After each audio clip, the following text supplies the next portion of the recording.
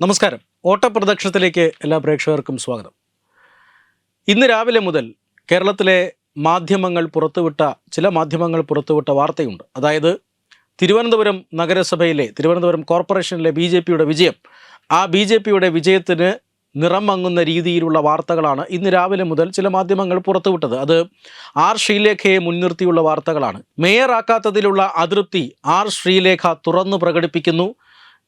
അതുകൊണ്ട് തന്നെ പ്രതിഷേധം എന്ന നിലയിൽ നിയമസഭാ തെരഞ്ഞെടുപ്പിൽ മത്സരിക്കില്ല, ശാസ്തമംഗലത്ത് കൗൺസിലറായി തുടരും എന്നൊക്കെയാണ് മാധ്യമങ്ങൾ രാവിലെ മുതൽ ആർ ശ്രീലേഖയുടെ വിശദീകരണം പുറത്തു വന്നതിന് ശേഷവും അങ്ങനെയുള്ള വാർത്തകളാണ് പുറത്തു വിട്ടുകൊണ്ടിരിക്കുന്നത്. ഇതിനെതിരെ ആർ ശ്രീലേഖ തന്നെ ഒരു വിശദീകരണ പോസ്റ്റ് അല്ലെങ്കിൽ മാധ്യമങ്ങളെ വിമർശിച്ചുകൊണ്ടുള്ള ഒരു ഫേസ്ബുക്ക് പോസ്റ്റ് പുറത്തുവിട്ടിട്ടുണ്ട്. ആ ഫേസ്ബുക്ക് പോസ്റ്റ് ഇങ്ങനെയാണ്: വൃത്തികെട്ട മാധ്യമ പ്രവർത്തനമാണ് കേരളത്തിൽ.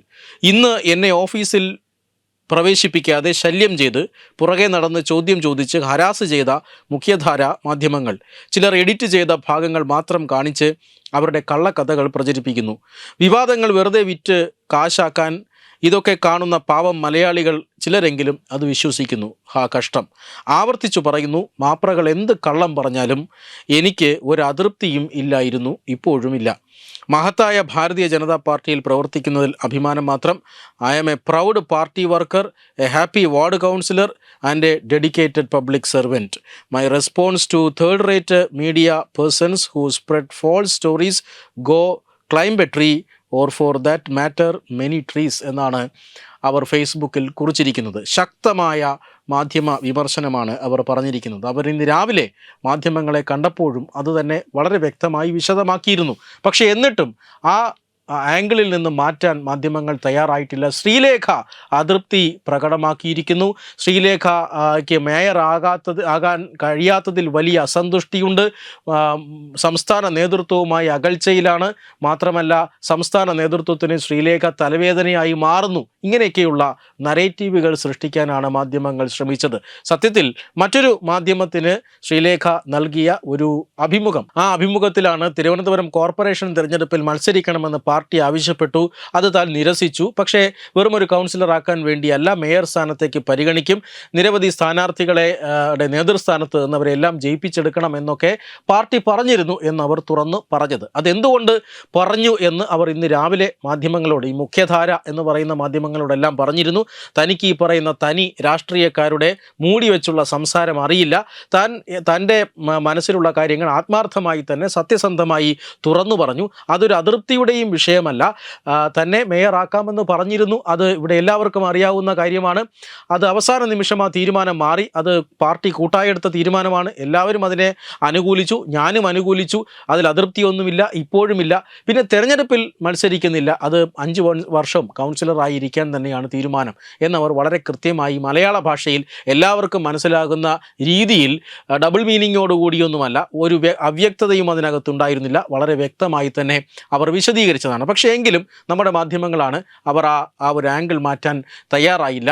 അവർ പ്രതിഷേധത്തോടുകൂടി അടുത്ത നിയമസഭാ തെരഞ്ഞെടുപ്പിൽ മത്സരിക്കുന്നില്ല എന്ന് തീരുമാനമെടുത്തു എന്നാണ് പറയുന്നത്. സത്യത്തിൽ എന്തുകൊണ്ട് അല്ലെങ്കിൽ എന്തിനു വേണ്ടിയിട്ടാണ് സിറ്റിംഗ് കൗൺസിലർമാർ, അതായത് ഈ നഗരസഭയിലേക്ക് തിരഞ്ഞെടുക്കപ്പെട്ട കൗൺസിലർമാർ എന്തിനാണ് നിയമസഭാ തെരഞ്ഞെടുപ്പിൽ മത്സരിക്കുന്നത് എന്നൊരു ചോദ്യം തീർച്ചയായും മാധ്യമങ്ങൾ സ്വയം ചോദിക്കേണ്ടതാണ്. കാരണം BJPയുടെ ഒരു ട്രാക്ക് റെക്കോർഡ് അനുസരിച്ച്, അല്ലെങ്കിൽ BJPയുടെ ഒരു ചരിത്രം പരിശോധിച്ചാൽ, അവർ എപ്പോഴും ജനങ്ങളുടെ മാൻഡേറ്റിനെ വളരെ ഉത്തരവാദിത്വത്തോടു കൂടി അംഗീകരിക്കുന്നവരാണ്.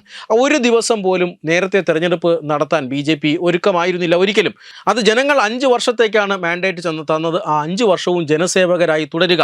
അതിപ്പോൾ കേന്ദ്ര ഭരണമായാലും സംസ്ഥാന ഭരണമായാലും കോർപ്പറേഷൻ ഭരണമായാലും നഗരസഭാ ഭരണമായാലും ഏതായാലും പഞ്ചായത്ത് ഭരണമാണ് എങ്കിൽ പോലും വളരെ ഉത്തരവാദിത്വത്തോടു കൂടി ഭരണം മുന്നോട്ട് കൊണ്ടുപോകുന്ന പാർട്ടിയാണ്. ആ ഭരണത്തെ ഗൗരവമായി കാണുന്ന പാർട്ടിയാണ് BJP.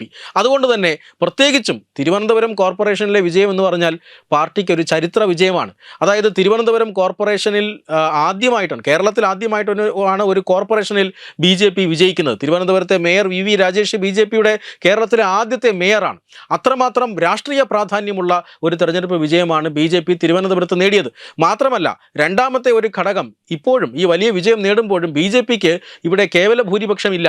50 സീറ്റുകളിൽ മാത്രമാണ് BJP വിജയിച്ചിട്ടുള്ളത്. അത് 51 52 ആയാൽ മാത്രമേ അതൊരു സ്ഥായിയായ അല്ലെങ്കിൽ അതിനൊരു ഇളക്കം തട്ടില്ല, അതൊരു സേഫ് സോണിലാണ് എന്ന് പറയാൻ സാധിക്കുകയുള്ളൂ. നിലവിൽ LDFനും UDFനും യോജിക്കാൻ പറ്റാത്ത അല്ലെങ്കിൽ BJPക്കെതിരെ യോജിക്കാൻ പറ്റാത്ത ഒരു രാഷ്ട്രീയ സാഹചര്യമാണുള്ളത്. അതുകൊണ്ട് തന്നെ അവർ നിലവിൽ ഈ BJPക്കെതിരെ യോജിച്ചില്ല എങ്കിലും, കാരണം നിയമസഭാ തെരഞ്ഞെടുപ്പാണ് വരാൻ പോകുന്നത്, അതിനു മുമ്പ് BJPക്കെതിരെ ആണെങ്കിലും പരസ്പരം യോജിക്കാൻ LDFനോ UDFനോ കഴിയാത്ത ഒരു രാഷ്ട്രീയ സാഹചര്യമുണ്ട്. ഇതെന്നും അങ്ങനെ തുടരണമെന്നില്ല, അടുത്ത 5 വർഷവും അങ്ങനെ തുടരണമെന്നില്ല. നിലവിൽ ഇപ്പോൾ നിയമസഭാ തെരഞ്ഞെടുപ്പ് കൂടി കഴിഞ്ഞാൽ ദീർഘകാലത്തേക്ക് കേരളത്തിൽ ഇനി തെരഞ്ഞെടുപ്പൊന്നും വരാനില്ല. അതുകൊണ്ട് തന്നെ BJPക്ക് നിയമസഭാ തെരഞ്ഞെടുപ്പിൽ BJPക്ക് ഒരു ശക്തമായ മുന്നേറ്റം ഉണ്ടാവുകയോ അല്ലെങ്കിൽ BJP ശക്തമായ മത്സരം കാഴ്ചവെക്കുകയോ ഒക്കെ ചെയ്താൽ ഈ മുന്നേറ്റത്തെ തടസ്സപ്പെടുത്താൻ വേണ്ടി ഇടതും വലതും മുന്നണികൾ യോജിക്കാനുള്ള എല്ലാ സാധ്യതയും പിൽക്കാലത്തുണ്ട്. അതുകൊണ്ട് തന്നെ നിലവിലെ കൗൺസിലർമാരെ രാജിവെപ്പിച്ച് അല്ലെങ്കിൽ MLA-മാരാക്കിയതിന് ശേഷം വീണ്ടും ഒരു ഉപതെരഞ്ഞെടുപ്പ് തിരുവനന്തപുരത്ത് വരാൻ BJP ആഗ്രഹിക്കുമെന്ന് വിചാരിക്കുക സാധ്യമല്ല. ഇതിപ്പോൾ BJPയിൽ നിന്നോ അല്ലെങ്കിൽ BJPയുടെ സംസ്ഥാന കാര്യാലയത്തിൽ നിന്നോ ലഭിച്ച സൂചനകളൊന്നും കൊണ്ടൊന്നും അല്ല പറയുന്നത്. പക്ഷേ നിലവിലെ സാഹചര്യങ്ങൾ വിലയിരുത്തിയാൽ BJPയുടെ ഒരു ചരിത്രം പരിശോധിച്ചാൽ കൃത്യമായി തന്നെ മനസ്സിലാക്കാവുന്നതേ ഉള്ളൂ. BJP തിരുവനന്തപുരം കോർപ്പറേഷനിലെ ഭരണത്തെ വളരെയധികം ഗൗരവമായി കാണുന്ന പാർട്ടിയാണ്. തിരുവനന്തപുരത്തെ ഈ ഇന്ത്യയിലെ തന്നെ ഏറ്റവും മികച്ച 3 നഗരങ്ങളിൽ ഒരു നഗരമാക്കി മാറ്റാനുള്ള തീവ്ര പ്രയത്നത്തിലാണ്. പ്രധാനമന്ത്രിയെ തിരുവനന്തപുരത്തേക്ക് ക്ഷണിച്ച് വികസന രേഖ പ്രഖ്യാപിക്കാനുള്ള തയ്യാറെടുപ്പിനാണ് BJP. അതുകൊണ്ട് തന്നെ ഏതെങ്കിലും കൗൺസിലർമാരെ നിയമസഭാ തെരഞ്ഞെടുപ്പിലേക്ക് മത്സരിപ്പിച്ച് വിജയിപ്പിച്ച് ഇവിടെ ഒരു ഉപതെരഞ്ഞെടുപ്പ് ഉണ്ടാക്കുക എന്ന് പറഞ്ഞാൽ അത് അത്ര നല്ല തന്ത്രമായിരിക്കില്ല. പ്രത്യേകിച്ചും ഒരു മണ്ഡലത്തിൽ, ഒരു വാർഡിൽ കൂടി തെരഞ്ഞെടുപ്പ് നടക്കാനിരിക്കുന്നു. അതായത് 101 സീറ്റുകളിൽ 100 സീറ്റുകളിൽ മാത്രമേ തിരുവനന്തപുരത്ത് തെരഞ്ഞെടുപ്പ് നടന്നിട്ടുള്ളൂ. ഒരു സീറ്റിൽ സ്ഥാനാർത്ഥിയുടെ മരണത്തെ തുടർന്ന് തെരഞ്ഞെടുപ്പ് മാറ്റിവെച്ചിരിക്കുകയാണ്. അത് അടുത്ത ദിവസങ്ങളിൽ അവിടെയും തെരഞ്ഞെടുപ്പ് നടക്കാനുണ്ട്. അതുകൊണ്ട് തന്നെ BJPയെ സംബന്ധിച്ചിടത്തോളം തിരുവനന്തപുരം നഗരസഭയിലെ വിജയം, തിരുവനന്തപുരം കോർപ്പറേഷനിലെ വിജയം എന്നത് അത് വളരെ ഗൗരവപൂർവ്വം കാണുന്ന പാർട്ടിയാണ്. അതുകൊണ്ട് തന്നെ ഏതെങ്കിലും ഒരു കൗൺസിലറെ നിയമസഭാ തെരഞ്ഞെടുപ്പിൽ മത്സരിപ്പിക്കാനുള്ള സാധ്യത വളരെ കുറവാണ്. അങ്ങനെ മത്സരിപ്പിച്ചാൽ അതൊരു നല്ല തന്ത്രമാണ് എന്ന് പറയാനും സാധിക്കുകയില്ല. പക്ഷേ അത് വളരെ കൃത്യമായ രാഷ്ട്രീയ അത്യാവശ്യം ഇല്ലാത്ത സാഹചര്യത്തിൽ തീർച്ചയായും ആ ഒരു രീതിയിലേക്ക് BJP ചിന്തിക്കാനുള്ള സാധ്യതയും കുറവാണ്. അതുകൊണ്ട് തന്നെയാണ് ഇത്തരത്തിൽ നിയമസഭാ തെരഞ്ഞെടുപ്പിലേക്ക് ഇല്ല എന്ന് ശ്രീലേഖ കൃത്യമായി പറഞ്ഞു വയ്ക്കുന്നത്. കൗൺസിലറായിരിക്കാനാണ് താല്പര്യം. കാരണം ജനം അതാണ് ആഗ്രഹിച്ചത്, അല്ലെങ്കിൽ തന്നെ കൗൺസിലറായി വേണമെന്ന് ജനം ആഗ്രഹിച്ചു. തിരുവനന്തപുരത്തിൻ്റെ മുഖച്ഛായ മാറ്റുക എന്ന ഒരു വലിയ ദൗത്യമാണ് ഈ വിജയിച്ചു വന്ന കൗൺസിലർ സംഘത്തിനുള്ളത്. അവരോടൊപ്പം നിൽക്കുമെന്ന് പറയുന്നതിൽ യാതൊരു അസ്വാഭാവികതയുമില്ല. ശ്രീലേഖയെ മേയർ സ്ഥാനത്ത് നിന്ന് അല്ലെങ്കിൽ മേയർ ആയി പരിഗണിക്കുന്നതെന്ന് മാറ്റുന്നു, പകരം അവർക്ക് വട്ടിയൂർക്കാവ് സീറ്റ് കൊടുക്കുന്നു എന്നൊക്കെയുള്ള ചില ഊഹാപോഹങ്ങൾ പ്രചരിപ്പിക്കാം എന്നല്ലാതെ വാസ്തവം അതല്ല. BJP ഭരണത്തെ വളരെ ഗൗരവപൂർവ്വം പരിഗണിക്കുന്ന പാർട്ടിയാണ്. അത് പരിഗണിച്ചാൽ ശ്രീലേഖയുടെ ഇന്നത്തെ വാക്കുകൾ അവർ മാധ്യമങ്ങളോട് പറഞ്ഞതാകട്ടെ, അവർ ഫേസ്ബുക്കിൽ എഴുതിയതാകട്ടെ, ഇതൊന്നും ഒരു പ്രതിഷേധത്തിൻ്റെ സൂചനയല്ല.